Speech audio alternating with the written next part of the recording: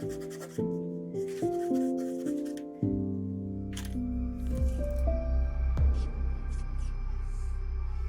and Waffles. Warlocks and Waffles.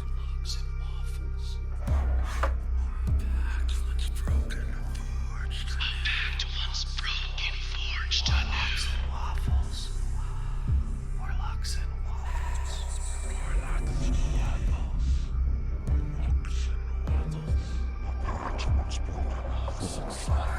Warlocks and Waffles. Warlocks and Waffles. A pact once broken, forged anew.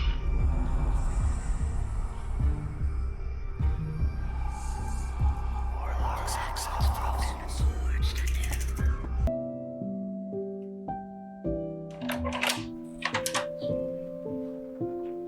Did you want waffles?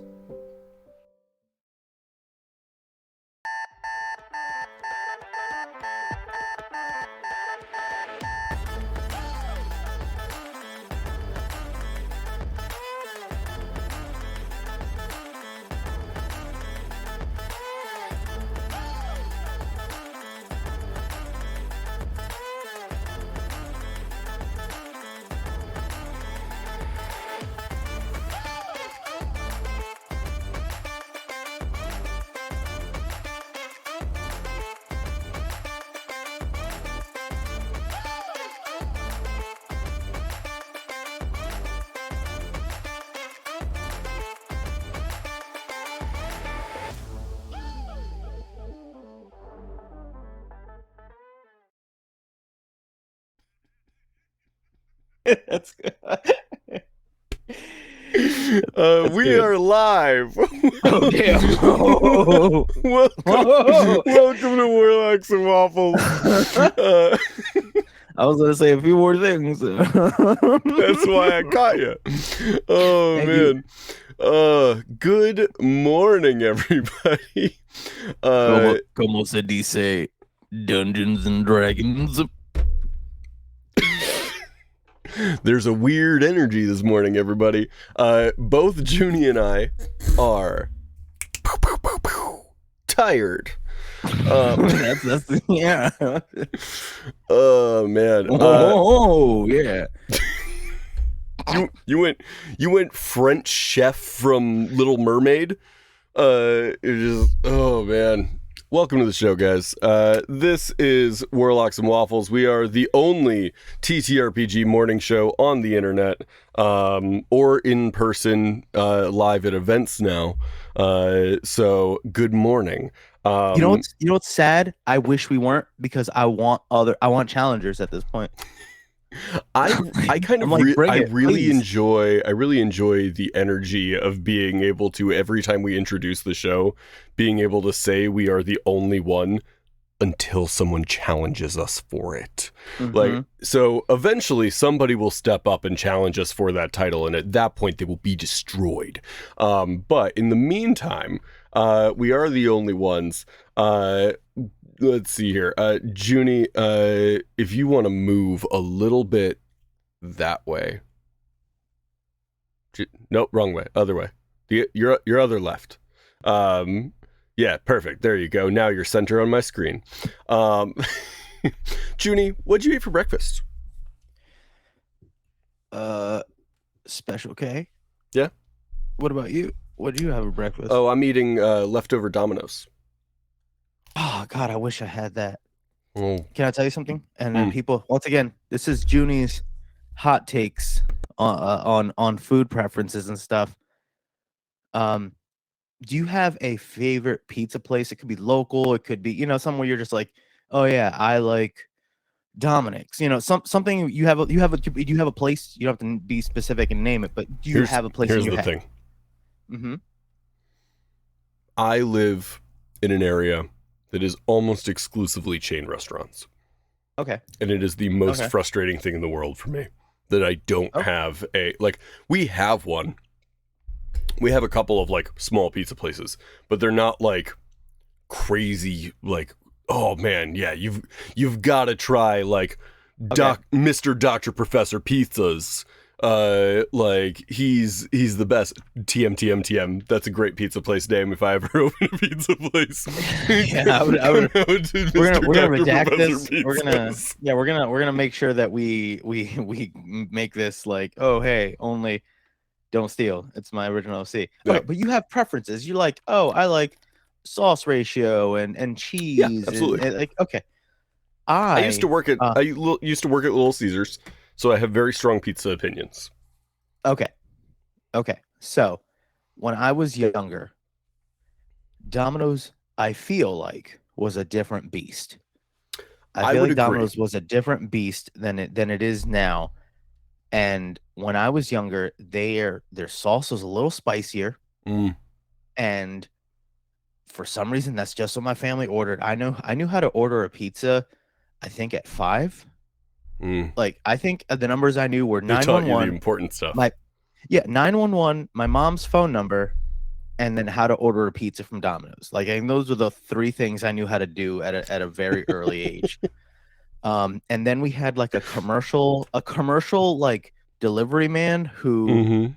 it was this white guy, but I guess he knew, since he lived in the area, he should know some Spanish, so he was also fluent in Spanish. And he was like clean cut, like poster child. Like, this guy Right. was somebody from a commercial. He's just like, hey, how's it going? And my grandma answered, he's like, hola señora, ¿cómo está? Es 2342. You know, he knew numbers, like he was just good. And they had like spicy sausage and they're just, when I was younger. Hola, I have your delivery from Papa Juan's. No. It was never Papa Juan's. It was always When I used Domino's. to live in Ecuador, we would jokingly call Papa John's Papa Juan's all the time. That's funny.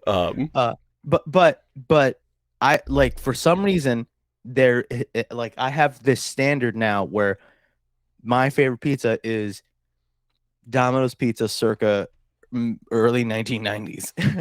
Oh, 1990s you've got Domino's. like an era of pizza that you enjoy. Well, this thing, but that's, I'm not picky. Like, you know, I grew up with like cafeteria food is normal. Mhm. Like, I microwave nuggets. I don't have texture preference, stuff like Right. that. So when it's like, I'll go, pizza is good, but I've never been the type where I'm like, oh, this is my spot.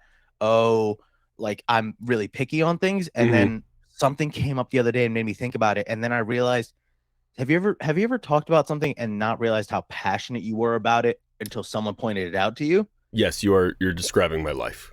So we were talking about Domino's, and either Shanice is like, oh, yeah, you're right. And then I realized I'd never talked about a pizza place with as much passion and whatever. And then I realized it was Domino's. And I was like, Right. was Domino's from before 2000 my favorite pizza on the planet? And then I'm like, oh my God, it was. Yeah, I think my I've favorite never thought about it. I've never had to think about it. But I think oh my favorite pizza is the pizza I ate at my 10th birthday at Chuck E. Cheese, you know, before I lost all feeling and like life meant something. That was my favorite pizza. So anyway, that's actually perfect, because on our outline there's intro, which was our pizza intro, which was totally not planned. But oh man. I wrote Junie asks for a quick up recap. Now, did you run your Fungin? No, that's not until July. Oh, well, okay. Because I was Yeah. instantly gonna go. It's just like, how did that go? So I'm gonna make sure I'm real excited. Okay. I will say, and we could do a whole episode brainstorming this. Like some other time, not today. We have a topic for today. This is not the topic for today, but it is a tangent, and we will. If we ever stop tangenting on this show, we've lost the sparkle. Anyway. Then they won. Whoever they are, they've won. They've won if we ever stop the tangents.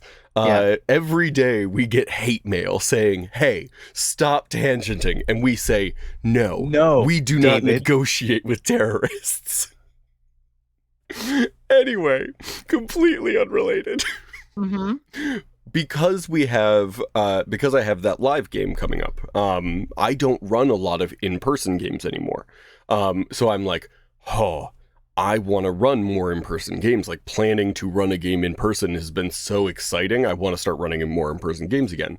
And so I went to Home Depot and Lowe's and was like looking for something that I could use to like transport stuff as like a setup, right?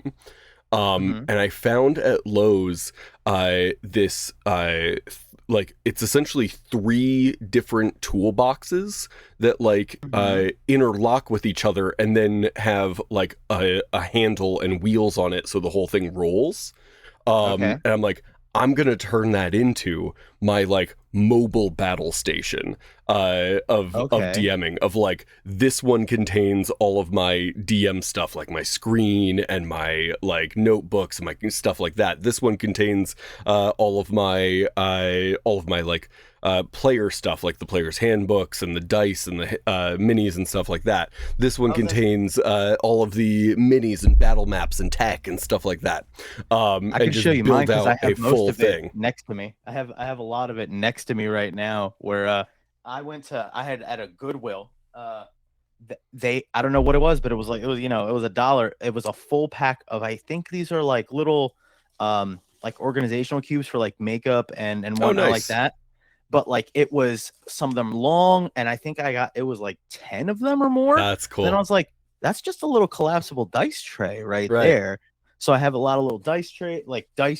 Right. Um, uh, somebody, I got this from a place where these were for like poker or like they're for cards where you Mm, put like a card in here. But I use a lot of the Gale Force cards and sure. other things like that. Yeah. So like I always go, you're fighting this, and then I use this at the corner of the maps if I had a full roll up map or something like that, to prop it up so it's always like that or initiative That's order. I can nice. like Yeah. stack it. Yeah. Yeah. But I use the 1985 stuff, the Hmm. dungeon draft because I don't have to worry about terrain and whatnot. Yeah. But I used a suitcase. What you said sounds Hmm. cooler. I was gonna say like I shoved everything into a suitcase, a wheelie Oh, suitcase. I know you shove it into a suitcase because we went on a whole adventure finding you a new suitcase while we were in Seattle. Yeah, that's going to be my new DM when I have a game tomorrow. I have to go to a library Yeah. and I'm just gonna shove everything into that duffel bag. And I feel like the duffel bag is like so practical. Like that works so well. My concern with my stuff is like if I want it, like I can't do anything without doing it overboard. You know I this. feel you. You know I this about me. understand. I understand. And so I'm like, I want like Bluetooth speakers, and I want like a computer hookup, and I want like the tablet, and I want it all to like I want everything to have like places where it's supposed to go, and like just mount like hooks onto the side of this thing. So like I roll it in and I open the different compartments and I just set everything up, and then like I don't even need to sit at the table. I can just stand behind this setup. Oh And like wow. it's all like set up there at my level and ready to go. And I'm like, oh, this is good. We could do a whole episode. Um, Well, we'll do like I guess gear. We'll do a gear yeah, we'll episode. do a gear episode. We'll do a build your mobile battle station. But like I would love to brainstorm with you of like what should I have in this thing? Because I think that would be a lot of fun. But none of that is our topic for today. Yeah.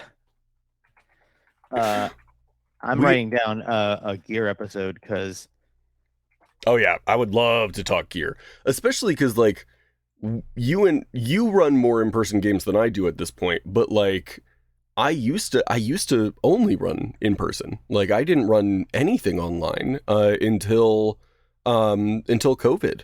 And then once COVID hit, I was like, okay, fine, everything's online. And then I just never went back to in-person stuff. So like the fact that I have this in-person game coming up, I'm like, oh man, I have to remember everything that I used to bring to these. Like you know how long it's been since I've had to sort through minis? Like I haven't had to I got look at you. my minis in so long because I find an image that I like for the monster that they're gonna fight and I turn it into a token. I have Um, so many comparison things because I've attempted to write reviews and videos and things. So mhm. I have so many things to show you. and go like, well, what do you want, budget, or do you want do you want budget, or do you want space saving, or do you want like ultra utility? Because like I've gone through the gambit of packing up and going to these places enough times where I've been going down. So it's one of the things where if you want the mobile station, it's like, where do you want to compromise type of thing. Right. But we'll once again, we're just we're gonna go back to this. This is But great. today- We'll talk some other time. Yeah, I this love is, the episodes where we just talk about future episodes we could do. Yes. Yeah. So Welcome to I the had- show. we're a TTRPG morning show. We're a TTRPG morning show. We talk about TTRPG stuff. For those of you who don't know what that is, thanks for Google being here. Like, why? Like, how'd you find us? TTRPG stands for Tabletop Role Playing Game. It also stands for Tuna, Tilapia, Rogaine, and the G is just the second part of Rogaine. It's Rogaine. Oh, It's wow. the Tuna Tilapia Rogaine. Like a rowboat. Wow. Holy crap. Can you tell that this is my first day back on Adderall? I'm like, I know. I let's did not. do I know. things. I'm so excited. Okay. Dude, all right. I have, all right. I'm gonna, I have all the, right, this is, I have the good juice in my brain again. okay. I'm All right, here we excited. go. I'm gonna point this hurricane. I'm gonna point Hunter in the right direction. I'm gonna steer this tornado. So Point the creative energy. yeah. I was randomly flashbacking to Dang it. Rosie pointed out there's a P in there. It's silent. So check it out. I was thinking about something I'd done on TikTok, and for a while I was doing hastily conceived magic items. And it was a challenge where I would in less than a minute just like hit record and Right. come up with a magic item that I'd need to Yeah. use. It was fun. But that led me into, there's also the when you come up with a thing in the moment and you're like, that sounds cool, and then it's either exploitable, like, and like, oh no, what have I done? Or the other thing where it's just like, it sounds cool, but then it's like, it's never usable. So I wanted to do this in two parts. One where it's, what are some rules of thumbs, things you've learned as a DM from improvising items, where it's just like, oh, I realized that I do better when I blank, or man, I always mess up when I blank type of thing. So some things that we've learned from improvising items, and then on the back end we would do we would come up with some magic items Right. on the spot and think about like, are those serviceable, good, and stuff like that, and other things that may save you time so you don't have to come up with things. So since it'll be rapid fire, we might also come up with some random tables for people to use. But on the improvised magic items, do you have something you've learned where you're like, I've learned I should avoid blank, or I do better when I lean this way? First off, I have two main camps of like homebrewed items when I'm forced to do them on the fly, right? There is the, let me give you a very beautiful description of a relatively mundane thing. And then there is the, let me give you an item that sounds super cool, but isn't necessarily like super cool. Okay. Like a cursed or like deceptively laid out or something like that. Those are my two defaults. There is the third camp of like, I did it as a joke and then immediately regretted it. Yep, that's me a lot of the time. That is where I fall. I fall in there a lot. I try not to, but I do fall in there a lot. Usually it is because I have had for years the like yes and approach to everything drilled into me from like theater and stuff like that. And so whenever somebody makes a joke in the game, I want to roll with that and play in that space with you. So if you make a joke about like, I want to get an item that does this thing, I'm going to go yes and take that item and make it a thing for you. And then sometimes that results in items that are way more powerful than I thought about when I did it. Mm-hmm. Like so to give an example, most recently I had a player who, in their backstory, they were the apprentice to the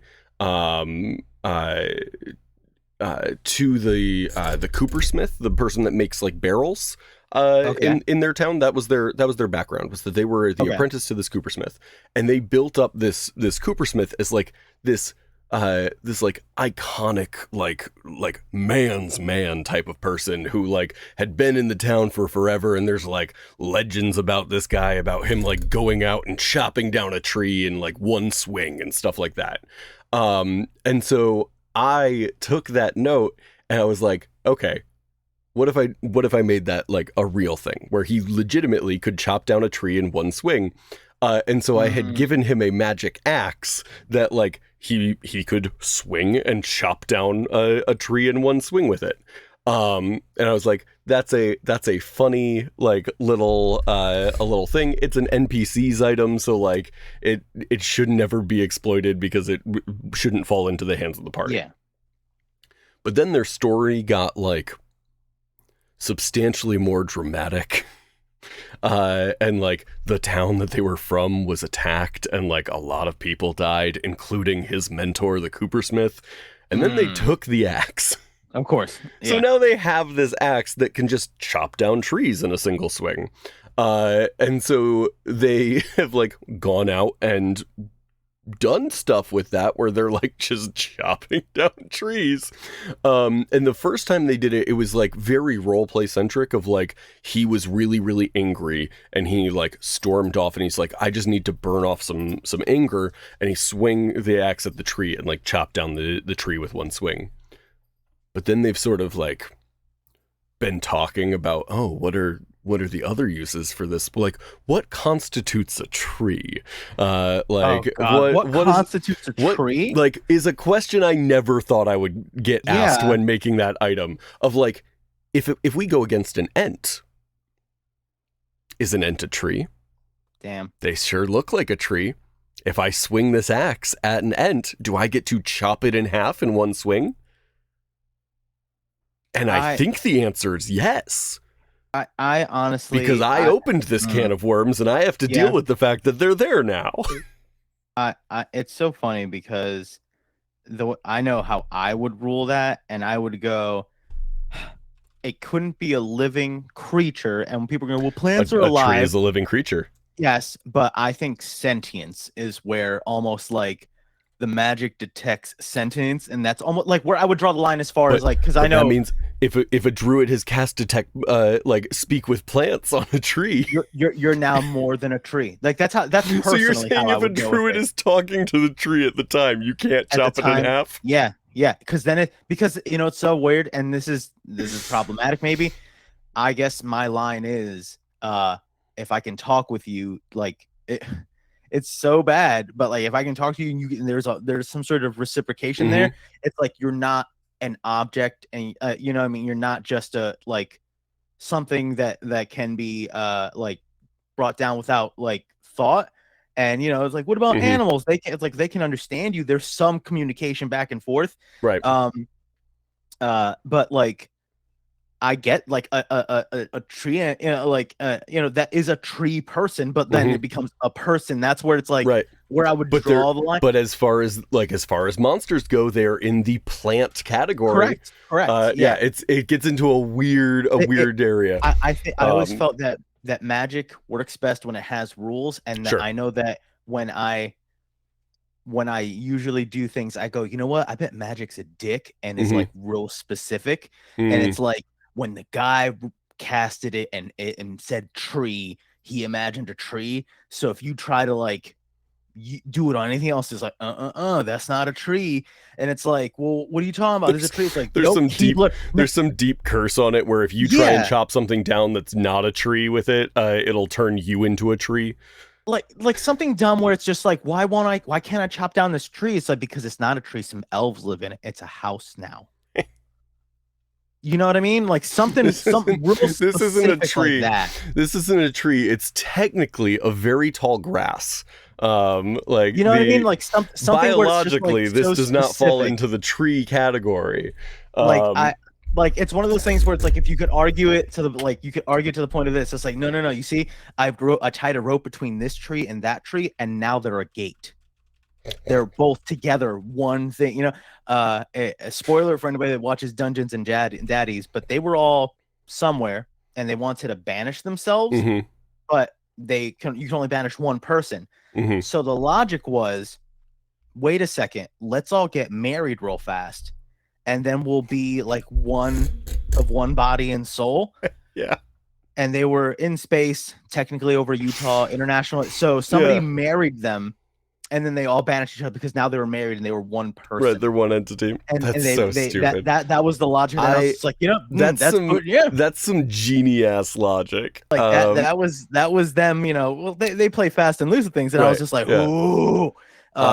Fun fact, because it rattling around in the back of my head was like, I know there's something that I would classify as a tree that is actually classified as a grass. It is palm trees. Palm trees are not technically a tree; they are technically a very tall grass. So just just a fun fact for the morning here. I almost hung up to go like stare outside a window or something. You have to rethink everything. What else is tall grass? What else is tall grass? Okay, so but yeah, that is the most recent example of like just something I immediately regretted.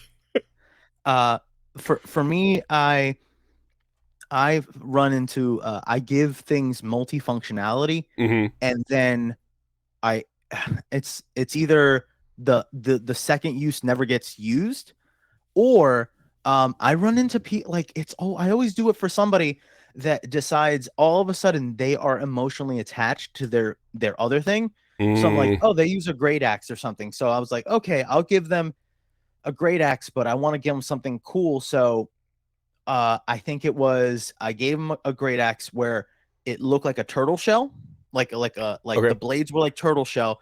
But if they used a bonus action or an action, I tried to make it usable. They can kind of like fold, the thing collapses in on itself and retracts, and then the blades kind of come together and becomes a shield. Oh, that's cool. I like that a lot. And I was just like, you know what I mean? Like, to do it. And then they were like, no, I really like mine. And I was just like, yeah, okay. So, I mean, it does the same thing, but like they didn't care. Right. They didn't want to use the other thing. If you're invested in that item, my first ever D&D character, Zaitarian, Zaitarian had an item that became known as the Stick of Death, which was that's something I realized after the fact. He had just a walking stick that like he used kind of like a club, and then started like putting the claws and the fangs of things he had killed on it, and then we got it enchanted. We got like there's an absurd amount of like stuff that went into it to the point where like it was essentially an artifact by the time I stopped playing with that character. What I will give you is an NPC that was spawned out of a very similar discussion to what you were just describing. Hold on, clenching your fist. Hold on to it, only because I think you brought up the one tip I would give to somebody that if you want to give somebody, you think of a really dope magic item or something like that, is instead of giving them an item, upgrade their current thing. Yeah. Because more than once, I know I've come up with a really dope weapon, cloak or something like that, but they've derived this emotional attachment or something like that, and it's either figure out a way to like almost soul bond the new item to the old one, so like some sort of shenanigans to make it like this is your father's thing now. You know what I mean? Or whatever, because then it will not just be this crazy thing you came up with, and then you're combating their backstory or whatever like that. You're you're creating another chapter in that thing that they've already had. Right. You're making the thing that they already think is super cool even cooler. Correct. Yeah. So instead of coming up with something else that they have to manage or forget about whatever they were going to go with, you are just enhancing their thing. So Yeah. good. You were saying about the NPC. So I have an NPC that I spawned out of a very similar conversation to what you're talking about a like a player being like, I like this thing, I want to keep this thing, like this is important to me, because like a lot of I don't know if you've ever had a player in one of your games who like as part of their backstory they're like, I carry my father's blade, or like I carry my mother's bow with me, and it's like cool, the first time there is a like a magic weapon, like now that thing is obsolete. Correct. Yeah. But like you made it an important part of your character. So I had a player who was like, I am the only child of this person. They passed this weapon down to me. Like it's not a magic weapon. I just want it to be important to my character. And so like as they were like going to dungeons and stuff and they were getting magic items, he was like, I'll take that cloak, I'll take that ring. Like he was never taking any of the magic weapons because he wanted to keep using that sword. And I was like, okay, I need to figure out a way to make that sword a viable option for him. So I created an NPC who was like somewhere between like a do you say genasi or genocide, or what do you say? I say genasi. I say genasi as well. Okay. Do you say tiefling or tiefling? Tiefling. I say tiefling as well. But that's one of the ones I've always wondered, is it the other one or back and forth? Because artificer, I believe technically artificer, isn't, right? Artificer. I've heard artificer, artificer, and artificer. That second one just blew my mind. That one sounds like a game you were just trying to play with me and try to see how can I mispronounce this. I put the emphasis on the wrong syllable. I heard artificer and artificer, and I can understand that one. I can understand that, like, whatever. Right. But tiefling and tiefling, like genasi, genocide. Do you say drow or dro? Drow. I say drow, and I believe technically it is dro. Like I believe dro is correct, but like drow works better for me. Anyway, I had this NPC that was like somewhere between like a genasi and a tiefling, where they were this sort of like genie devil type individual, where like very effreet sort of vibes, and they are like they are there doing like just running a shop in this town, and the players ran into them, and he was like, oh yeah, I'm a powerful magic caster, I can enchant items, I can conjure forth the very forces of nature and magic itself to bring incredible powers to those who wield them, that sort of shit. And so I made this character who does not sell magic weapons. He does not sell magic items. He sells, he can either enchant existing items, or he can give you like charms, tassels, clips, things that attach onto other items, and they're reusable. So you go like, I want to put this tassel onto the end of my sword, and now it has the flame tongue property where it like bursts into flames. But if I find a different item and I want to use that item instead, I can unhook that and put it onto it. And so you would have people that were like collecting these to put them onto items, and I made it so that you could any magic item could have like up to, essentially each item could attune to up to 3 of these. So you want to do like you want to get the +3 one, awesome. You could do a +3 and put it on there. It's a +3 weapon now. Or you could get like a +1 and a +2 and put it on. It's still a +3. You could get 3 +1s, whatever you wanted to do, but you could have up to 3 of these things. So you would have people that were like bringing them back and trading them in to like get new stuff, and it became this sort of like gotta catch them all type vibe of like, and I would give them to other people as well. So like bad guys that they were fighting against, occasionally they would find like, yeah, he's got this cloak, but it has this this, instead of the like pull strings to tie it, it has a chain with an amulet hanging off of it that has been that it has replaced it, and like find out, oh, it's now a cloak of elven kind because the amulet holds the that charge. And so like finding these things that they would then like find creative ways to, oh, yours does this, well, mine does this. If we put those together on the same item, we could probably do this other thing.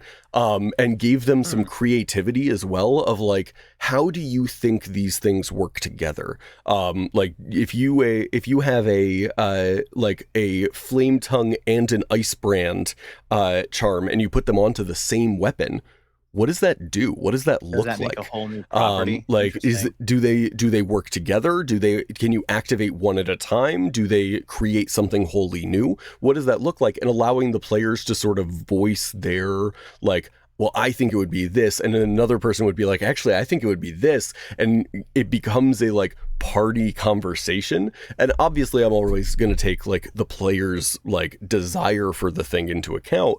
But essentially, I would hear all of their input on it, and then go, okay, here's what it does, and give like something based on what they're saying, or something completely new if I have a different idea. But it was so much fun to have these like little like upgrade things that you could put on like regular weapons if you just found a weapon that like, because I do tend to give like overly descriptive descriptions to like mundane items to make them cool. So there would be times where people are like, I love that. Like, I love that thing you just described, and it sucks it's not cooler. And so then they would have a way to enhance these things that they just liked the vibe of. I love that, because I did something similar with my friend. He wanted a keyblade. And in Kingdom Hearts, your keyblade changes whenever you add a new keychain to it. Nice. So the I've way never played Kingdom Hearts. It is one of those ones where I remember when it first came out, small tangent, 2 seconds. I was like, that's stupid. I'm not playing the Disney game. And then 2 came out. All my friends are playing. I was like, I guess I'll play the first one. Loved it. It is bananas. It was really good. 2 was great. At one point, you see Mickey Mouse run off to slaughter 1,000 demons, which is like a sentence you can say. Isn't Donald Duck like canonically one of the most powerful magic users of all time, or something like that? Something like that. Yeah. Oh yeah. He is like a very powerful mage. Goofy is just a tank. Just imagine like a little. It's like a rock hitting a boy. The boy passes out, and then everybody's like, no. It's all these Disney characters, and you hear Mickey like, no, and then he pulls off his evil bad guy cloak to reveal he's a good guy, to have a cool fighting outfit, pull out a shank, like his sword, and run off to fight off thousands of demons. And I was like, yo, Mickey's gonna go kill things. Mickey's pissed, yo. Oh, it's the end of the line for you, pal. I'm gonna mess you up, So anyway, gosh, I'm gonna kill demons. I'm gonna tank damage. Come on, Maxie. You can't hurt me. So look, the only thing that can hurt me is the disappointment from my son. So, but what I love about the character you described is that I imagine still not needing to rethink how I determine loot. Yeah, but if it is something where it's a franchise, this is a reoccurring PC they can get to. Or what if I love the idea of a world where, like in Pokemon, Pokeballs they just exist. You can get them anywhere type thing. Some people can make them specialized, but it's a thing that exists. What if it is possible to break down enchantments? Like it takes somebody that is very powerful to make them, but once they're made, it's like there are other enchantments that could, in theory, redo them. Absolutely. And it would be so easy to have. Oh, are you frozen? No, you're there. I switched for 2 seconds. Okay. I was gonna say everything break down to like a charm, and then so you can still have all the loot you want, right, in your games, and just if they can find a person that can charm it, turn into a charm, do that. I need to step away for 1 second. Okay. Yeah, go for it. Let me do I have a thing? You have your away screen. Nope, because it didn't want to work for me. Hold on, let me see if I can what about now? Does it say be right back? Yeah. Okay, cool. Perfect. Be right back. 2 seconds. Yeah, like it'd be so easy, I feel like, to have a weapon that is like this is a very cool weapon, but it doesn't match my aesthetic, and have somebody who can just break down the enchantments on it to put it onto something new, or maybe just like transform the weapon into something that fits you better. Like I've had a couple of times that has happened where I have given a party like this is a great sword or something like that with some crazy power on it, and it's like only one person in the party is able to like wield the great sword, and so it's like, well, I guess that person will have it, and they're like, well, this is not like better than my current thing. So if you're able to sort of break those down or move them to a new weapon or anything like that, I think that would be incredibly useful. Let's see here. What do we want to talk about? Well, Junie's not here. He's gone. What do we want to do? There was a player in one of my games recently who has recently discovered that they have the ability to do wild shape stuff.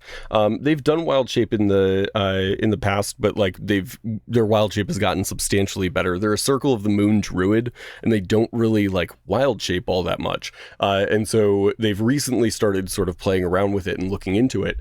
But what they've been frustrated by is that there's not a lot of magic items that are specifically designed for like druids who use wild shape. There are like magic items for druids, but there's not a ton that are like, oh, you're in wild shape, this will help you in wild shape, because for the majority of druids, a wild shape is just a thing that they do. Like it's just a different ability. It doesn't necessarily make anything like crazy cool. But for a Circle of the Moon druid, like they're giving up other features in order to be able to do cool wild shape stuff.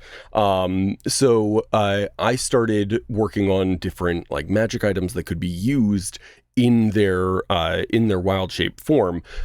So what I gave them is it's a ring that is the Ring of the Beast, and in their regular like everyday form, it gives them like some claws. It makes their teeth kind of pointed, so they have a claw and a bite attack in their like regular form. And then what it does is when they're in wild shape, any claw or bite attack from their wild shape creature goes up a die. So instead of having like, oh yeah, this claw attack does a d6, it goes up to a d8 now instead, which has been a lot of fun and has incentivized them to just kind of always be a wild shape thing for like combat things. But it's been a lot of fun with that. Welcome back, Junie. Hey, had to deal with a snake. A snake? There's a snake outside the door to go out, and my wife is like, I'm scared to go to my car. And it's like there was a snake outside where snakes belong?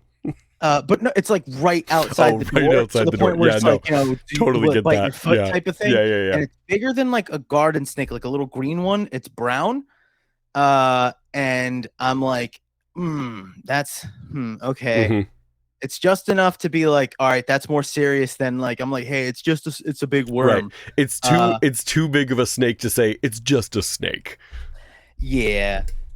We were talking about one of my players is a druid. They're a Circle of the Moon druid, and they want to start doing like more wild shape stuff because they're Circle of the Moon.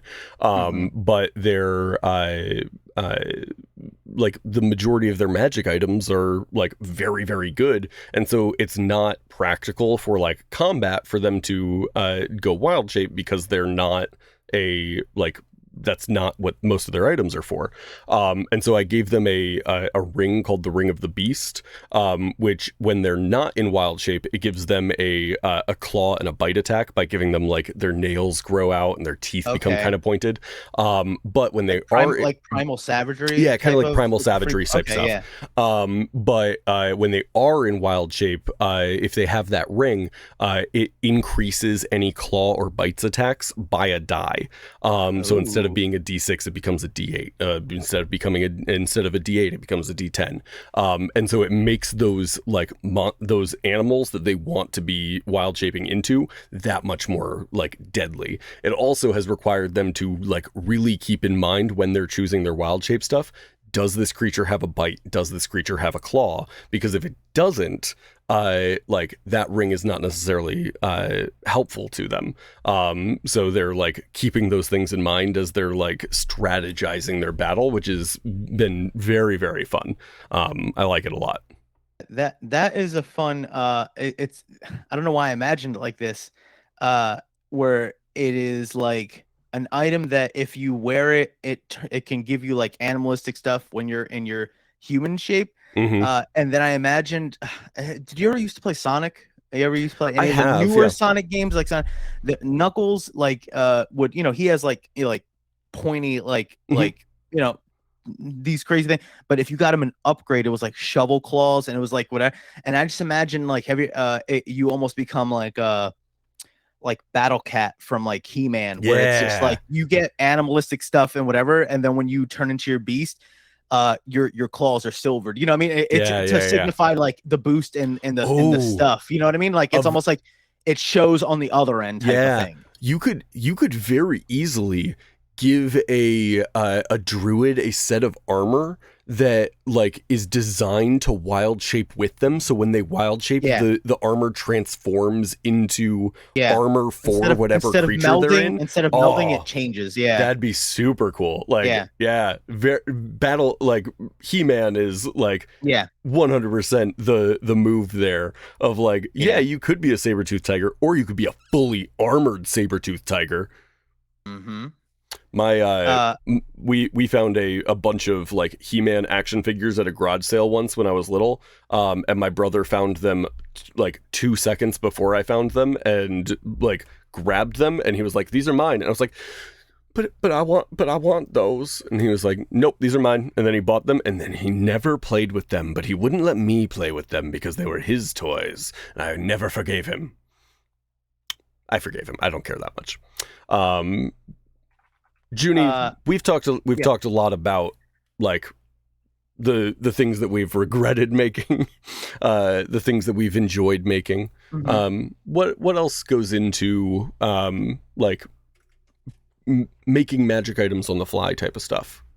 The one thing that I feel has worked consistently the best for me is slightly modifying already made magic items. Yes. 100%. If you know that they want something that is more, I like to like at least ballpark what my players want. Where I go, do you want something that's a little more useful in combat? Do you want something utility? Do you want something to keep you safer? And then I go by what makes sense for their character flair wise, because sometimes if it's where it's like, well, I want something to help me out in combat. But their whole thing is exploration. Maybe there's a way I can get like an explory item to make it hurt, or take an explory quality to something and put it on an item that's like just a +1 sword. So something making where it's it like, so it's still useful to them. The thing that I've done with that is a while back. I've played with GMs who are like, here is the inventory of the shop. Like, what would you like to buy? I stopped doing that a long time ago, especially for any shop that's selling like magic items or anything like that. I have players be like, this is what I'm looking for. And then the GM, the shopkeeper being like, oh, okay, well, based on what you're looking for, here are a couple of items on like a price range. Like this one would be 1,000 gold. This one's going to be 30,000 gold. Like this is what they do. And giving players and on that point though, on that point on the GM side, you can still have that default inventory. Oh yeah. Like, If you want to have a default inventory, absolutely. Well, they don't need to see it. That's the thing. You can do the thing where in your head you do the planning, the pre-planning of going like, all right, this has a sword, this has 2 cloaks, and it has 3 potions. You know what I mean? Something like that. And then go like Hunter is saying, what are you looking for? And then if it's like, wow, they really want a sword, and it's just like, well, I don't have any. I didn't put any here. Well, I don't know. Maybe it's a cloak, you know, it's this one cloak, but like, you know, it's like a spawn cape and it kind of can form into a sword, you know, at the end of it, you know what I mean? Something like that, you know, where it's just like, just reflavor. Right. Reflavoring is your greatest asset, your greatest tool you'll ever do. I love the concept. Something. I love the concept of here is his inventory and there are no specifics on it. Of like, he has 4 potions. Like what those potions are is determined by what the party is looking for. He has 2 cloaks. He has a pair of boots. He has a helmet. And then like flavoring those things to what the party is looking for. And that way you can also be like, you can avoid the situation I've run into several times of the players being like, we have more money than God. Like we would like to buy things until we are able to go punch God in the face. Like that has happened to me more times than I can count. If you are like determining, oh, this guy has 7 items, and they are in these very specific categories. So if they are looking for like Thor's battle axe that they can like throw and it'll return to them, and there's like lightning that shoots off of it and stuff. Yep, sorry, he doesn't have anything like that. He does have this sword that can like be used as a thrown weapon and it'll blink back to your hand, but it doesn't have the like lightning effects of it.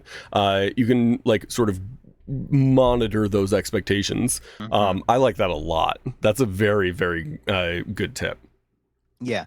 And it's a good exercise because people, there are people that just shy away from like written content, published content modules, or they only go, it's just like anything is ammo. You know what I mean? Right. It's not, unless you are actively writing your own thing, doing a stream, like, you know, trying to do this big production where it's like you are just stealing work. If you are playing everybody's making content and items and writing stuff for people to use in their games, but it's not like they're watching you. It's not like that, you know, somebody's gonna send you an angry DM like, hey, I wrote it to have a +2, why are you doing it with a +3? It's like, no, take it and then use it in your game however you want, whatever works for you, whatever works for your table. No one's fact checking you, you know, just because you know, this whole thing had like this Icewind Dale has like these missions in this order, or this mission goes to this. You can use them whenever you want. You could use the inventories for wherever, you know. You can everything is just reference. It is just stuff you can use, tools that to make your life easier. And that kind of transitions to what I wanted to do in the back end is I know one of the things that I've liked doing when I did my TikToks more consistently. I liked making magic items and stuff, and then seeing people go, it's like, oh, I'm definitely going to use this in my games. You know, there's ones that I put more thought into, like what do you call it? Some things that I'm like, I don't know how they can use it, but like I did one called The Wrong Side of the Bed, which it was a set of sheets that if somebody takes a long rest on it, they just wake up on the wrong side of the bed, and they feel off all day, moody, and they have disadvantage on things all for the rest of the day. They have disadvantage on things. So a fun, like, if you can get into this guy's house and sabotage him, you can give him disadvantage all day because he'll just be woken up on the wrong side of the bed. Oh man, imagine a villain who is the tavern keeper. And like knows that the party is onto him and just like switches out the sheets. Oh yeah. So that they like get up and they're just kind of off. But like I said, one of the challenges that I used to like to do is coming up with fun magic items on the spot and then just spot going if they're good or bad. Mhm. I remember one time it was, I don't remember what I called it. I need to double check, but I had just gotten out of the rain. And I was all wet and I was just like, oh man, I wanted to dry off. And then I thought of like a reverse umbrella where hold on, no, it doesn't keep you dry, it dries you. Right. So an umbrella, but like an air dryer type of thing, so it keeps you drier. So it's like also, one of those little boxes at a like a water park where you like get into it and it just sort of blasts you with hot air. But like if you were like in a tundra, you would be walking out in the tundra with an umbrella, like what looks like a parasol, but it's just like a little traveling heat tent essentially at that point type of thing. But that's so this funny. is the fun exercise of like looking at something and then just looking around and going like, what can I make real fast? So Hunter, if I were to give you less than 1 minute, sure, do you think you could come up with a good magic item? Oh yeah. All right, so I'm gonna say go on the count of 3. I'm gonna go 1, 2, 3, go, and then you're gonna go give me an item, its name, and what it does. It doesn't have to be in that order because sometimes it's easier to come up with like a thing and then you're like, you know what? Yeah, this is what it would be called. Okay. So I'm going to grab something off of my desk and then create an item around it. That's usually the easiest way to do it. Okay, so ready and go. 3, 2, 1, go. It is a to-do list. It is a pad of paper. Every morning you are able to write up to 3 items onto the to-do list. If you accomplish those items, you get a point of inspiration that can be used for the next hour. Oh, all right. That took 17 seconds. I move fast. That's good. That's good. I have one already. Do you want me to time you? No. Oh, you have one already. Okay. Yeah. I just need to know, what is the name of that? Is it Sovereign Glue? Yeah.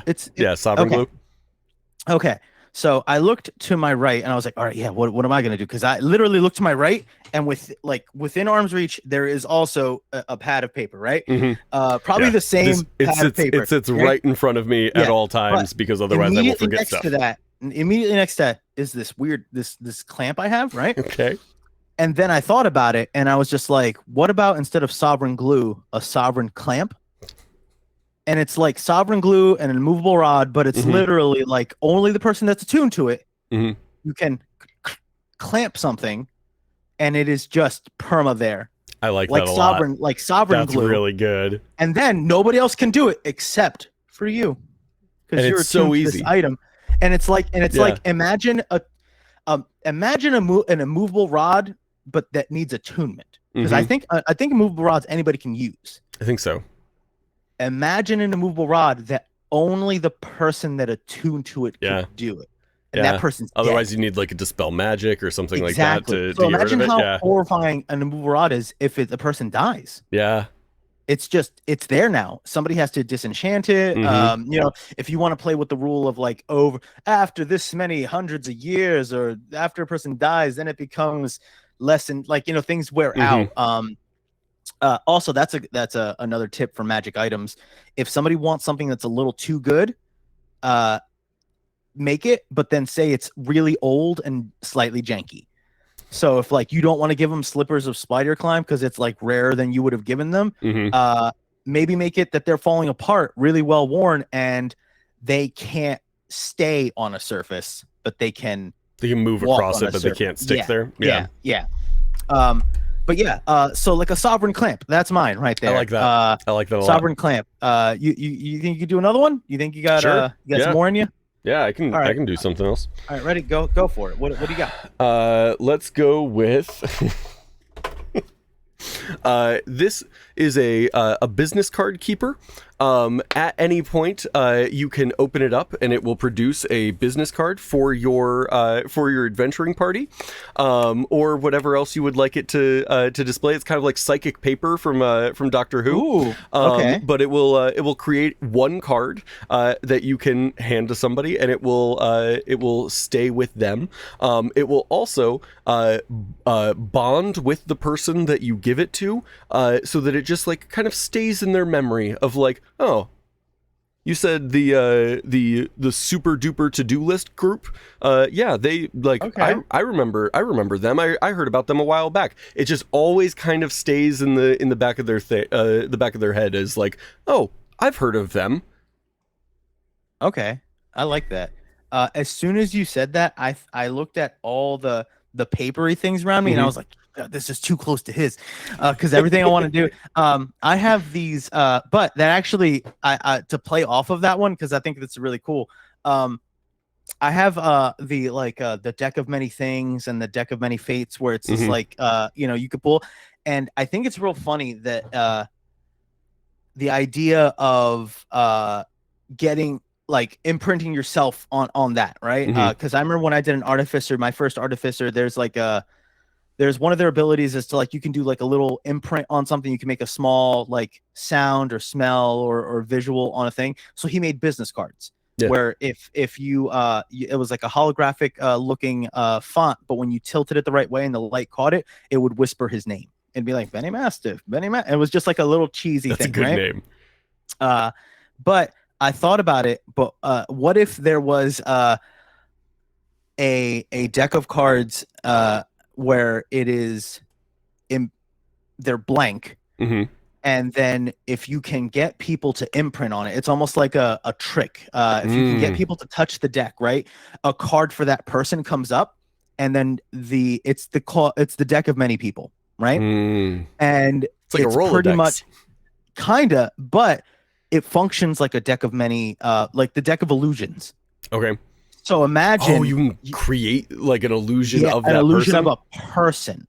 So it would start out with it's just like I need everybody in the party to touch this, and then it's like and it's like oh man, I'm imagining card captors, the art style. If everybody Googles up Clow cards, right? I don't know why it's like a tarot card type of thing, but card captors, the Clow cards, it was always like border and then like an image of just a spirit or something like that, and then the name on the bottom, kind of like tarot, but it's just like Jeff the thief, you know what I mean? Like, yeah. But you keep a running list of this is who I've had that has touched this deck. Yeah, I like that a lot. And if you get it before, if you get it from the DM, and it's something that you don't know, like, it's just like, so hey, this deck has 52 or 32, whatever it is, right?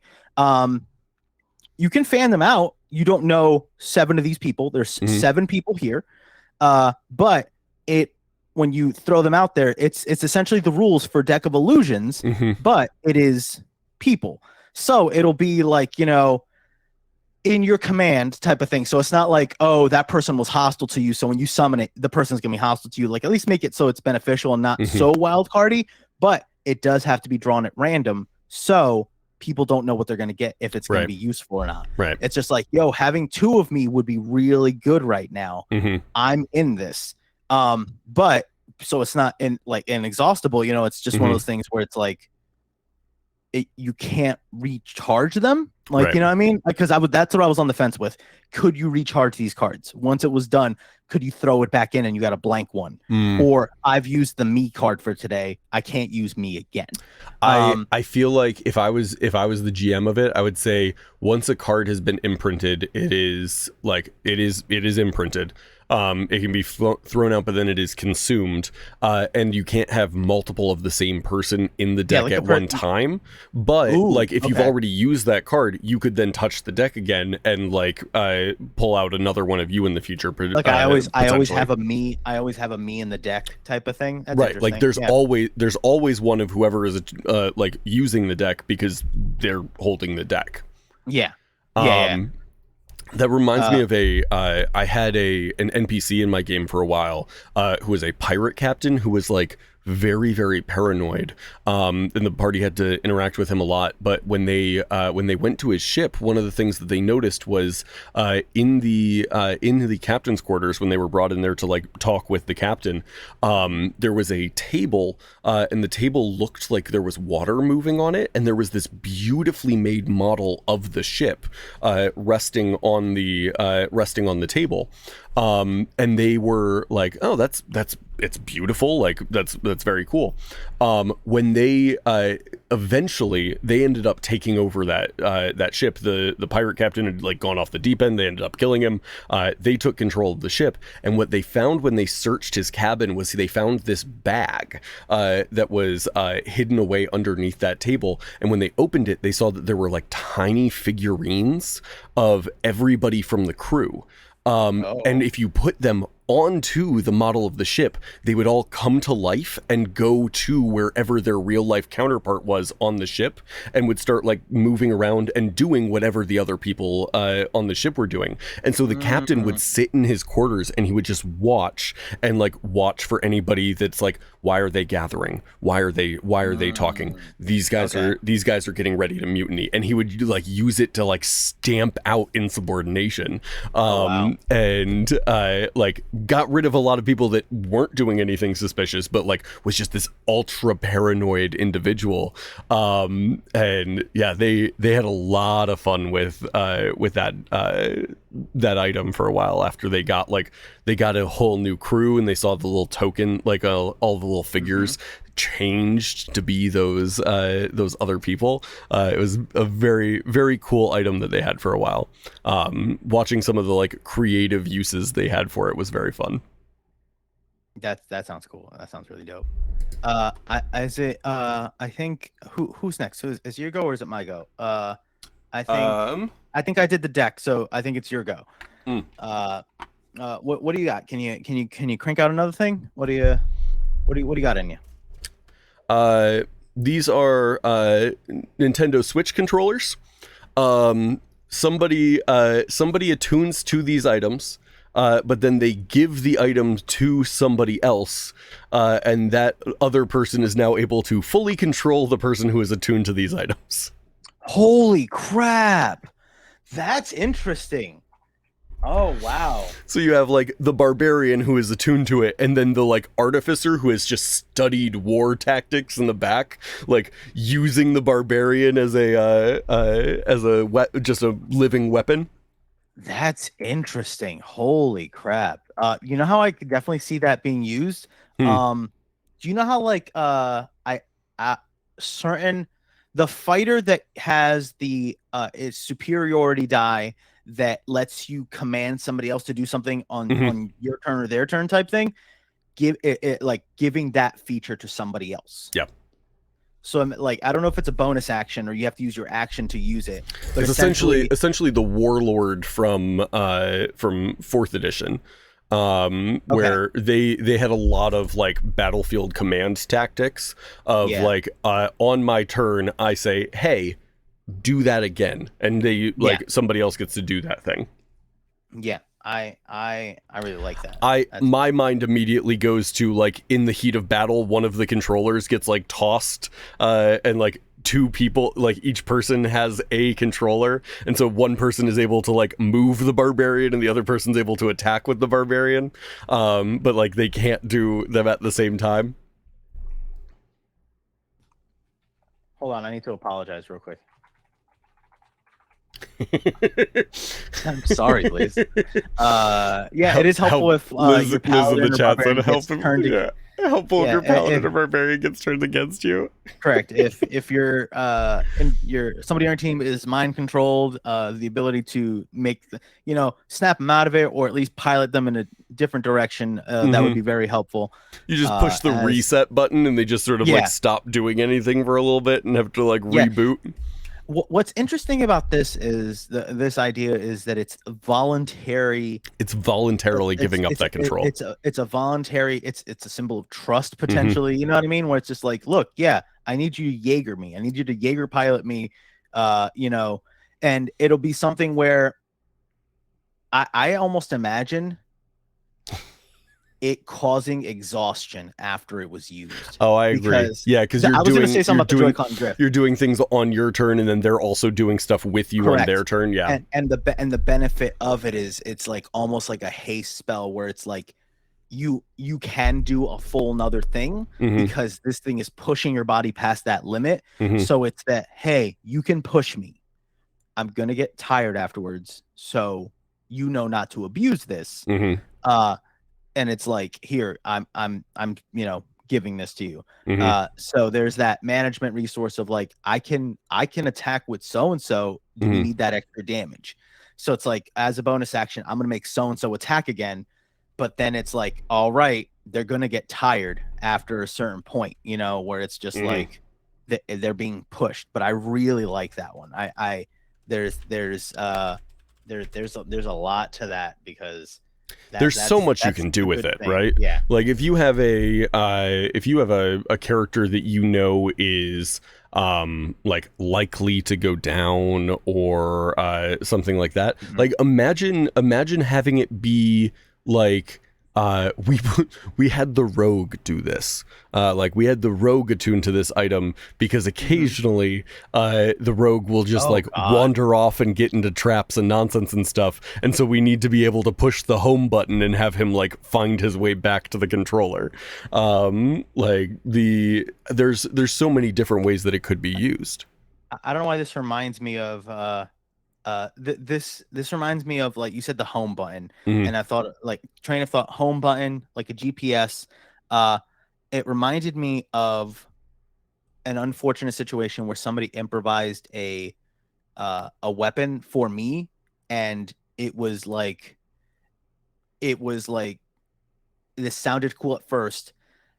They didn't see how it could be used, and if I didn't take that extra step, it would have been like the lamest thing. Mm, But it was something where it was a dagger where I always would know where it was, okay. because I think I threw it one time and missed. So he had the idea of like, oh, here, it's like, haha, you'll always know where it is, or something like that. Hmm. And he didn't see the application until I was just like, okay, we're gonna go over there. I'm gonna chuck my dagger at his cart. Or Yeah. I'm gonna stash my and it was essentially like I would have to sacrifice the item, whatever. Right. But You found a homing beacon. I turned it Yeah. into like an air tag, where it was Yeah. like I can LoJack anything now. That's really cool. But I was sacrificing my dagger every Right. time.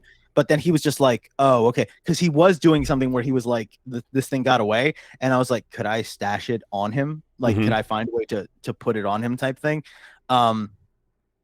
But like he was not as receptive to that, because he like found a loophole. Right. Everybody, if somebody can make your thing cooler or Right. make your thing useful for them, If you especially if it's something that is newer, right. as long as nobody's trying to undo a year's worth of things, Right. You know what I mean? It's If like, you no, you give can't switch your somebody intelligence. if you Yeah. give somebody something and they find a way to use it, like using the wording that you've already given them, and they find a way to use it in a creative way, Correct. that's great. That is a good thing. Like anybody who is upset that somebody like found a creative way to use their item is like playing to win instead of playing to tell a good Yeah. story. Yeah. There's another thing that I do when creating items on the fly, which is I will start with a description of the item. I will Okay. describe like just a cool thing, and then from that description, because I'm good at like describing something on the fly without like thinking about like what the mechanics behind it are, because most of the time if I'm describing an item, the majority of my groups don't have identify, they don't know like what items do, and so like I can describe something cool and then have a little bit of extra time to like figure out what it does, especially if I make it like an attuned item or something like that. I do this a lot with like one-use magic items, where I'm like, this is an item that will do this cool thing, but it only does it once. So like you want to make sure that you are like using it when you want to use it. The most Are you recent generous with your Arcana checks for people that try to figure out what something I does? am. But I without usually, identify. depending on how good the thing is. First of all, I say anybody who is proficient in Arcana, I will allow to make an Arcana check. Also, a bard who has like that half proficiency thing, I'll allow that as well. But anybody who is proficient are allowed to like roll to see what you are able to like glean from it by looking at the different like runes and stuff like that. Yeah, that's the Usually, cop out way to do it. Yeah, yeah, where it's like, oh, you think that these markings have something to do with illusion, you know what I right, mean? Then you give them like at least the school or something. They don't know what it does, but at least right, they go, all right, this isn't like clearly cursed or something. Oh, right. you know, because a lot of people are suspicious. So yeah, The what I usually will do is like you have an idea of like you can't confirm 100%, but you are like you have an idea of what the school of magic is probably like based on these etchings or like the way that this is working together. You think maybe it is involved in like some sort of protection thing. You're not sure. Is usually how I'll do arcana checks, but I do want them to like have the opportunity to figure it out. But I had an item recently that they had pulled some like crates out of the wreckage of a ship. And so they're like going through the wreckage, and one of the things that they found was this beautiful like silver chain with a amulet hanging off of it, and the amulet was a this lovely like green gemstone with these figures that have been like made out of silver that were wrapped around the gemstone, and it looked like two angels in flight with their swords out. And so I like described that item, and then when they got it identified, what I decided was it is a one-time use of the spell Spirit Guardians. Where like if you are wearing this item, you can choose to activate it, at which point the magic will be imbued from like will be released from the item. It's essentially a spell scroll that Spirit Guardians will be cast on you, and as long as you maintain concentration on it, you keep that spell. And then once it's done, those angels that are wrapped around it will like dissipate from the amulet, and no longer be there. I love magic items that are like essentially spell scrolls, because scrolls are boring.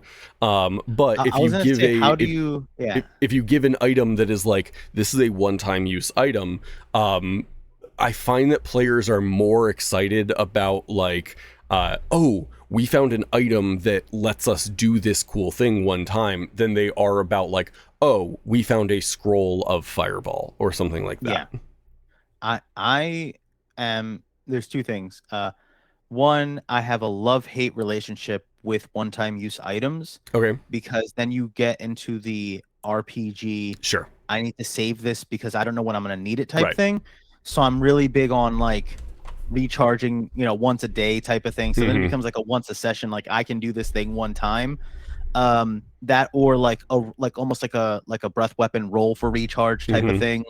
A lot of magic items get their things back where it's like at a dawn, or you get this many charges per back. I do like the fact where it's like, hey, you used your thing again, roll or whatever, and see if you can like it charges up again, or if it's taking a little longer. I like that. But when you just for flavor, how do you describe, like, how do you imagine spell scrolls being used? Because I did it one time as a certain way, and now in my brain it's the only way I use them. Like the description of them being used. If nobody has a description, I always describe it a certain way. I envision like as you read the scroll, the words like lift off of the paper and sort of like circle around you as the spell is like wove in front of you, and then like the magic bursts out from there. I usually also will have like the scroll itself sort of like incinerate after it's read. Because the scroll itself is the thing with magic, I always had the understanding of either somebody without magic can use it, or it gives somebody that can use magic the ability to use something they wouldn't normally use. Sure. So I forgot what kind of class it was, but they had like a cure wounds scroll or something. And I described it as like going into place, going like, oh man, they're going to die or something like that. And then I did it, and in the heat of the moment, I was like, I fan out like the scroll, and it like unfurled over them. And it was just like, like if you throw a piece of paper over somebody and right before it, like I was hovering for a split second and I slammed my palm down on the paper and on the person's chest and then casted it, and it was like a defibrillator, right? Oh, that's cool. So if you ever seen Naruto, Yeah. where you see like a summon, he slams, or Full Metal Alchemist, it's always like they put their hands on something, channel whatever, and then it kind of explodes from there. And I kind of always saw that from that point forward, I thought of it as not so much reading it. It's like, as long as you know what it is, like if you can like enact its will, like and like trigger what it is, it's more of like you're going like I'm releasing whatever's contained in here type of thing. So it's more of like I always have people slapping them, they can read it, but it's almost like it's just like they are triggering its use. So it's either like slapping it, holding it out like this, or like if they're gonna read it, but it's not so much like they need to know what to do. It's like the thing does it. You just need to make it do it. So it's kind of like I'm doing the thing, but the logic of reciting the incantation, that makes sense. But then I'm like, well, somebody already did that for you, man. Somebody recited it and wrote it down. You just need to set it. I think they can be like, those aren't necessarily mutually exclusive. Like you could have scrolls that are like, this is a scroll that has been prepared for a like a wizard. And if a wizard finds it, they are able to like read off the incantation, because like everything has been prepped for it, but it hasn't like had the incantation spoken yet. And so like the wizard can like read off the incantation and the spell exists, but somebody who isn't a wizard wouldn't be able to use that one. You could also have ones that are like everything has been done, and you just have to say like a command word in order to activate it, or like put a drop of blood onto the rune in the center, or light this on fire, like any like some triggering action to do it. Unfurl it and slap it out of the air. You can have those as well, of like people, and you can have different variations as well of people who are capable of casting spells but wouldn't know this one necessarily are able to do it. Or you could have other ones where it's like this one is bursting at the seams with this magic. This magic wants to be released. Anybody who has the intent of releasing it is able to release it. I think is like having different types of scrolls actually makes scrolls much more interesting to me. I think that scrolls as a whole tend to be kind of boring for me, of like, oh yeah, cool, we killed the dragon and in his hoard we found a piece of paper, cool. But if it's like, this is one that is like clearly it wants to release this magic. Like anybody who wants to use it can use it. Any of you could take this spell and like activate it at any time. Like a barbarian isn't capable of casting, like even if they're multi-class, wouldn't be capable of casting magic while in a rage, right? But if it is a scroll that just really wants to release that magic, like imagine a scroll that is like designed for barbarians, where it is like the runes are carved into like dried meat or something like that, and you have to eat the scroll to like cast enlarge on yourself or something like that. Oh my god, it's like a fruit roll up, a fruit roll up. Yeah, it leaves a temporary tongue tattoo.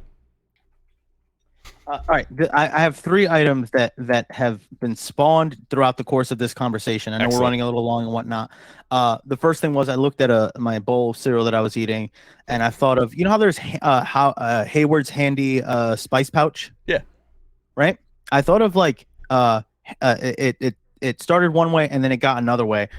First I was like, what if it was just a spoon, right, that just makes anything taste good, right? Like that. And then I was just like, but like that's just, like what if it can do something else? And I was like, what if it was also like a good berry? So what if it was Hayward's handy good spoon? And then it's like it makes anything taste good, and it satiates you for a day the same way that a good berry would. I like that. A good berry satiates you for a day, but it doesn't neutralize poison. So if you eat something that's full blown poison, you have the nutrients for the day. You're good. but you might still be poisoned. So you can't Right. just eat literally anything. It might still hurt you. I like that a but lot it's because you gonna could be actually good. use that. Like I always look at things of like, that's an awesome item. How do I Corrupt it and make it bad. how do I make it like used in a negative way? Yeah. You could, like, if it tastes good, you can put really like disgusting tasting poisons into something and give it to somebody, and as long as they have that spoon, they will not taste those poisons because it will taste good and they will feel nourished. And so if it's a poison that, like, one of the side effects, like, it's a nasty tasting poison that also, like, the first effect of it is you're just like, you feel like nauseous and you feel like you're like starving at the same time, but like with the spoon you feel nourished, you feel good, you don't, like, everything tastes good. It would be so easy to mask that poison with that spoon. I used to have a character, oh my god, I forgot what her name was now, but I love using like things that are monsters as NPCs, like, because I like to use those like those Gale Force monster cards. Sure. So went for anything that's like bipedal and looks like it can have a conversation, and those were NPCs. I have a tavern called the Blind Beholder that is like bartended by a beholder. So it was a night hag, right? And Love she was that. like, Love a she was hag. like, she was grandma something, and it was her thing was she made pies, and her pies were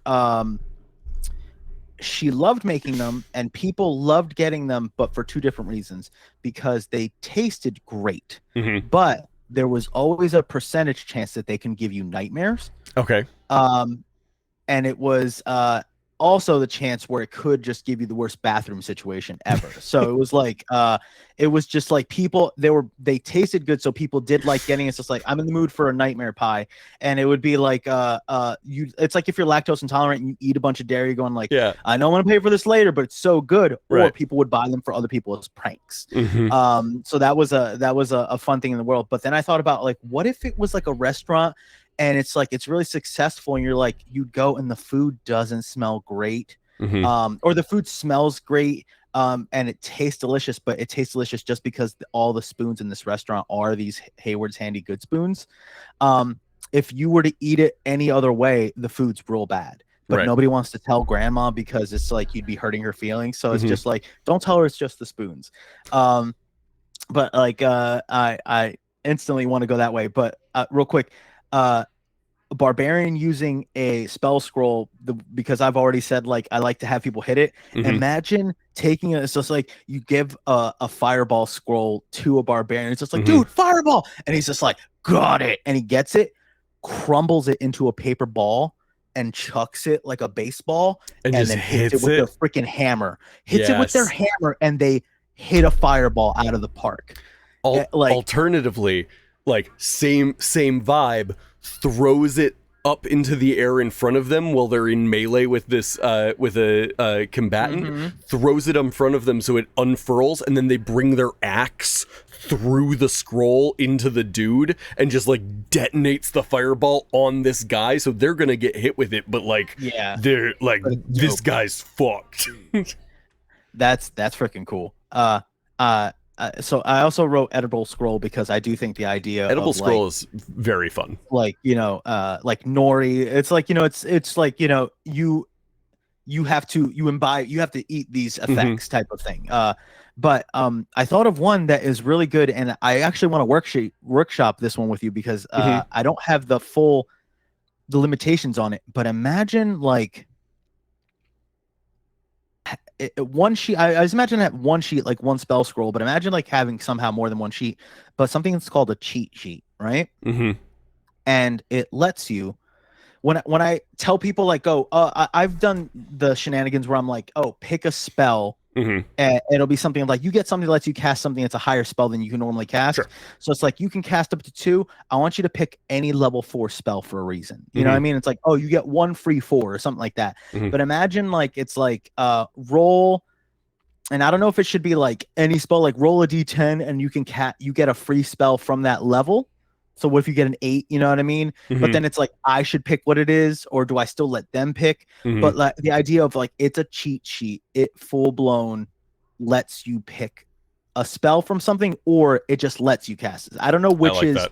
This is one of those ones where I feel I would pick one hastefully and then regret it later. So this is one of those ones where I'm like hastily concede. It's like, oh, it's a cheat sheet. It lets you do any spell. It's like, well, I'm doing wish and I'm wishing for more of them. You know what I mean? Like, is it something where it's better to let them choose, you think? Or do the rolls to let them narrow it down, but still putting the control in our hands? So this is one of those ones where I'm making this on the fly. Right. What rule of thumb do you think we should go for this kind of thing? I think narrowing it down as much as possible of like what level spell, what school of magic, is it a buff, is it a defense, is it an offense, like what are we looking at? More rolls to narrow it down type of thing if you're gonna and then it's like, okay, well, you're getting a 7th level spell that is a like this other thing. Like let me look at this. Okay, you got this spell. I like that a lot. Also I do a lot of like, I'll put up D&D Beyond and like narrow things down, and I'll go roll me a D20, and I just kind of count down. I'm like, all right, roll me a D20, and I go, all right, now roll me one more. 1, 2, 3, 4, 5, 6. Okay, and then that's how I'll get a spell or an item or something like that. If it's a natural 20, then I kind of give them like, all right, yo, out of these, which do you like? Or, you know what I mean? Because it's like, you know, what would you gravitate towards type of thing? We are over time, so I do want to wrap up here. I have one last thought on the topic of edible spell scrolls. In-person game. You have a spell scroll that is described as being a very thin, like a very thin strip that is like coiled up on itself, and so you have to you have to like a long one. And what it is, it's a fruit by the foot. I literally wrote fruit roll up. I literally wrote that, and then you said, "So imagine knowing it's going." I was like, "It's a fruit by the foot." And when the person wants to like cast it, you hand them an actual fruit by the foot, and they have to eat it as fast as they can. And once it is like fully eaten, you stop the timer, and however long it took them to eat it is how many rounds of combat they're going evil. They're going to have to be like using their action in order to cast it. Oh my God. But you make it a higher level spell. Like this is a 7th level spell scroll, but it is going to take you like 3 rounds because it took you 18 seconds to eat that fruit roll up. That's messed up. It took you 3 minutes. Like you casually ate it. Like you don't tell them. Yeah, you don't tell them. So you're just like, eat this for me. No reason. And they're just like, okay, and just like eating it while they're playing. That's one of the ones where if you're gonna do it in person, I think everybody needs to. You need to have buy-in. Only because I remember you need to play that with the right group. Correct, because I know Wendy's came out with their own RPG, and Critical Role did like a thing with them. I really liked it, and it was cool where like nuggets were potions, like Frosties gave you things. So if you had the food at the table, like, oh, you got essentially a potion, and you hand them a 4-piece nugget. So essentially, like, you know, it's like, all right, this heals you for 1d4. So it's like you would eat your nugget to get the d4, but like you are all sitting down at a table. You know, I'm gonna be eating. Right. I'm going to be using these things. Yeah. If I handed somebody a fruit roll up and they were just like, I don't like these, or I can't choke this down. Yeah, then you can't cast a spell. So it's give like it to somebody else. Like, come hungry, or they're like Jeff is they shove the whole thing in their mouth and they're like, there's paper. I'm like, I didn't tell you to eat it like that. Why did you eat it like that? I played with a lot of very like. I played with some people in high school who were like would do anything for the joke. I could absolutely see one of my friends from high school like trying to eat it and being like, I can't, and like having too much and just like spitting it out. And then one of my other friends like going to grab it and he's like, I'll finish what he started. And the rest of us having to be like, no, you're not allowed. That's so gross. Don't do that thing. Thank you all so much for being here for this episode of Warlocks and Waffles. We will be back on Friday for more nonsense. It's gonna be a good old time. I'll be older. I was hoping that would come one day later, but I was gonna be my birthday episode. On Friday? No, it's Thursday. Oh, I was okay. gonna say like I was You're gonna be 1 like, year we'll come older. here, and so it's like this day is all about me, and we're gonna make the Junie one shot, and it's like real stupid. It's like real boring. It's just like we're gonna go make some chili. Wait, Junie, But give me 1 second. I have to look at the date. Yeah, Junie, older, wiser, less agile. Yes, Junie, you're born in June. yes. You're very Junie. That's awesome. I like that. Okay. Thank were you, going away. Thank you all so much for being here. You guys are always a pleasure to chat with here. We will be back on Friday for more of this. Who knows what we'll talk about? Not us. We'll figure it out though.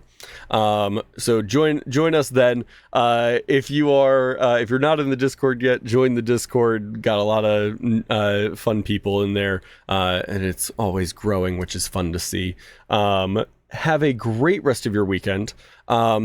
This weekend, or wait, not weekend, week. This is Monday. Yeah. This is the Monday show. I said Friday earlier, and it threw my brain for a loop. This is the Monday show. Have a great week. This week, describe a item that is just a very normal item in your game. Describe it extremely detailed. Give no context for why it's being described that detailed. Just go like describe it how Tolkien describes plants. Just where it's just 2 pages for no reason. Here's a description that is like very, very detailed on this item, and just see if your players are just like, well, clearly that's important, and just like latch onto that item and need to take it with them. It's not. It's just a regular item. 2, give your players a magic item that is just a very weird little thing. Give them a rock that detects gravity. Give them a rock that detects gravity. Yeah, if you drop it and it falls to the ground, gravity's working. Give them a ring that lets them tell if the person next to them is wearing underwear. Give them an umbrella that only opens if it's sunny. Like give them some nonsense item. That one's useful though. That one's like shade. You get shade. Yeah, it's one of those whatchamacallit. There's a word for a parasol. Yeah, like a mood ring for underwear is also pretty interesting. There's a few things there. Yeah. And our last thing for today is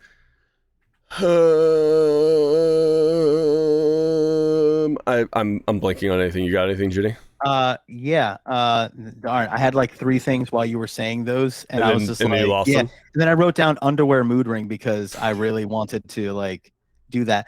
I also think that you said describe items like the Tolkien way and stuff like that. I also think it's really important to just once again let people fill in the blanks with descriptions. So describe something wrong, and then look at everybody and go, you know it's wrong. You know what I mean? So that way when it's one of those things where if it's like I'm trying to think of some way to like really go out of this way. It is someone clearly looks like they're taking a shower. And the shower is fire. And you can feel the heat, but it looks like a human. And it looks like you're walking on it and you can feel the heat, but they look like unscathed and stuff like that. And then just go, you can feel this is wrong. Like, you know what I mean? Just go like, hey, there's something wrong about this. You know what I mean? Where it's that's a good way to start a one-shot adventure of like, you're stuck in a dreamscape or like something like that, where like they're just walking around and there's like, the tavern keeper is standing at the counter, and they're just this massive dragonborn, and they open their mouth and all it sounds is parrot sounds, and then they just sort of nod at you and they put their food. But but like right there, I just actually thought of like, it's essentially like a shower that dry cleans you. So it's like I made it an item, like but I always describe like a potion. It looks normal, and when you're drinking it, it feels chunky, like wrong. You know what I mean? Yes, and we've talked about chunky potions before. Yes, but like where they have to make that like where it's like they go from A to B and it should be a straight line, and then in the middle part they go, wait, what's happening? That's always a fun place to put people. Put a stop at Q in between A and B. See what happens. Thank you all so much for being here. We will see you on Friday. Until then, have a great week. Make sure that you go out there and do some nonsense. Show some people that you value them. And we'll talk to you next time. Have a good one. Bye, everybody. Bye.